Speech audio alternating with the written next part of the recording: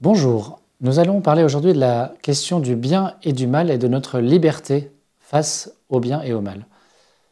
Vous avez vu dans la vidéo précédente que Dieu a créé tout par amour et qu'il nous a voulu, nous les êtres humains, libres et heureux. Dans le premier récit de la création, Genèse 1, on voit que tout ce que Dieu a fait est bon et pour l'humanité c'est même très bon.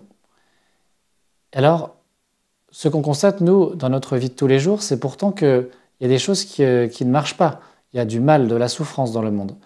Si on regarde bien, on voit que d'abord, il y a des catastrophes naturelles qui font chaque année des centaines, des milliers de morts, et qui engendrent beaucoup de dégâts.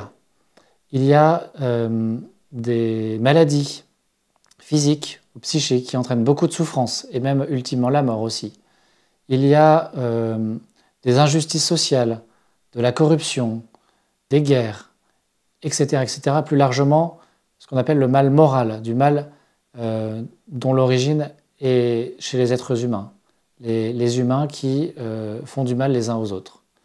Donc nous voyons bien que le mal est présent, et pourtant Dieu ne l'avait pas voulu. Dans les chapitres 1 et 2 de la Genèse, on voit qu'il n'était pas présent, que tout était bon. Alors, d'où vient le mal et que faire ?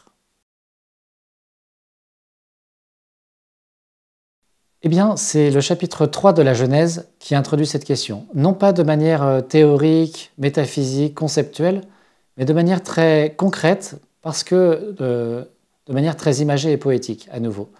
On reprend, c'est la suite plutôt de Genèse 2, le récit de l'histoire de Adam et Ève, nos premiers parents. Récit imagé, je le redis. Et ça, c'est bien connu, c'est le fameux épisode du serpent qui incite Ève puis Adam à manger de ce fruit défendu, le fruit de l'arbre de la connaissance du bien et du mal. Qu'est-ce que ce récit nous raconte en fait? Eh bien qu'il y a un serpent, c'est-à-dire c'est l'image de Lucifer, cet ange déchu, cet ange que Dieu avait créé bon, beau, parfait, mais qui a mystérieusement choisi de se couper de Dieu, choisi de refuser Dieu. Il s'est coupé de lui, c'est devenu donc un ange déchu, un démon, le chef des démons, parce qu'il a entraîné avec lui d'autres anges, et qu'on surnomme de différents noms, le malin, le tentateur, le séducteur, le père du mensonge, le prince de ce monde, etc. etc. Satan, quoi.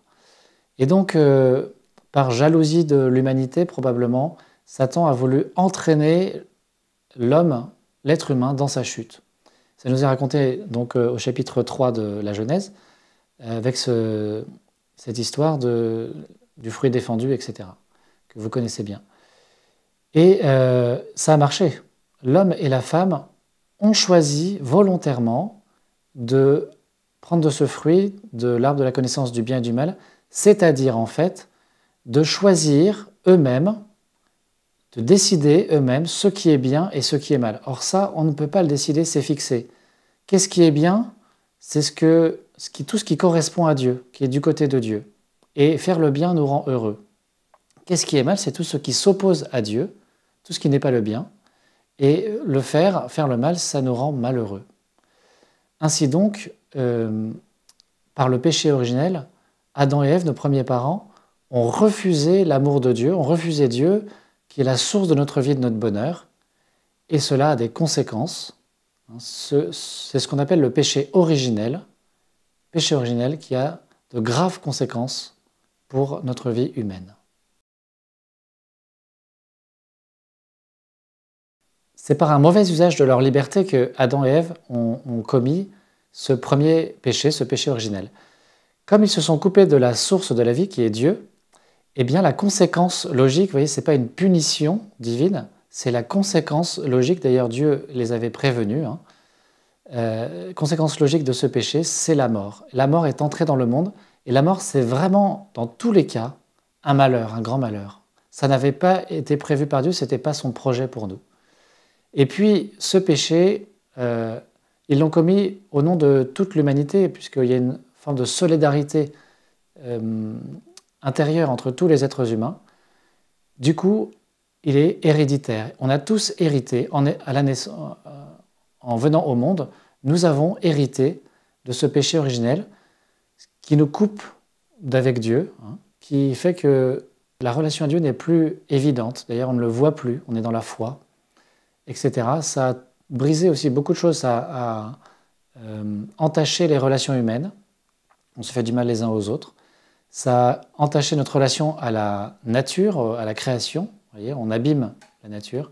Et puis notre relation à Dieu, évidemment, qui n'est plus une relation de confiance. On a peur de Dieu.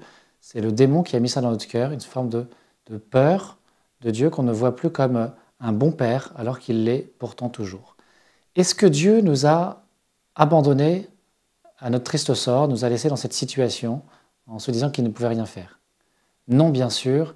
Et la suite, enfin, toute la suite de l'Écriture, de l'histoire du salut, du peuple de Dieu, eh bien, c'est la réponse à ce qui s'est passé en Genèse chapitre 3. Qu'est-ce que Dieu a fait? Il s'est dit, je ne vais pas laisser ma créature dans cet état de mort et de malheur. Et il a décidé de venir nous rejoindre dans notre humanité. C'est le salut en Jésus-Christ. Ça, ce sera détaillé sur toutes les vidéos suivantes. Je ne vais pas aller plus en détail, simplement pour répondre à la question qu'on se posait au début.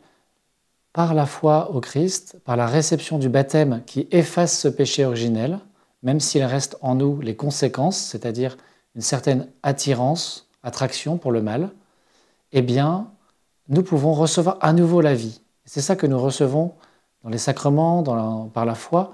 Nous recevons à nouveau la vie éternelle, éminemment dans le baptême. Jésus, Dieu incarné, nous a rouvert la porte du ciel et veut vraiment en partager son bonheur. Nous n'avons qu'à l'accepter, à le recevoir dans un acte de confiance. Par le salut en Jésus-Christ, nous retrouvons une ouverture à la grâce divine. Nous restons des êtres libres, même si notre liberté elle est un peu diminuée.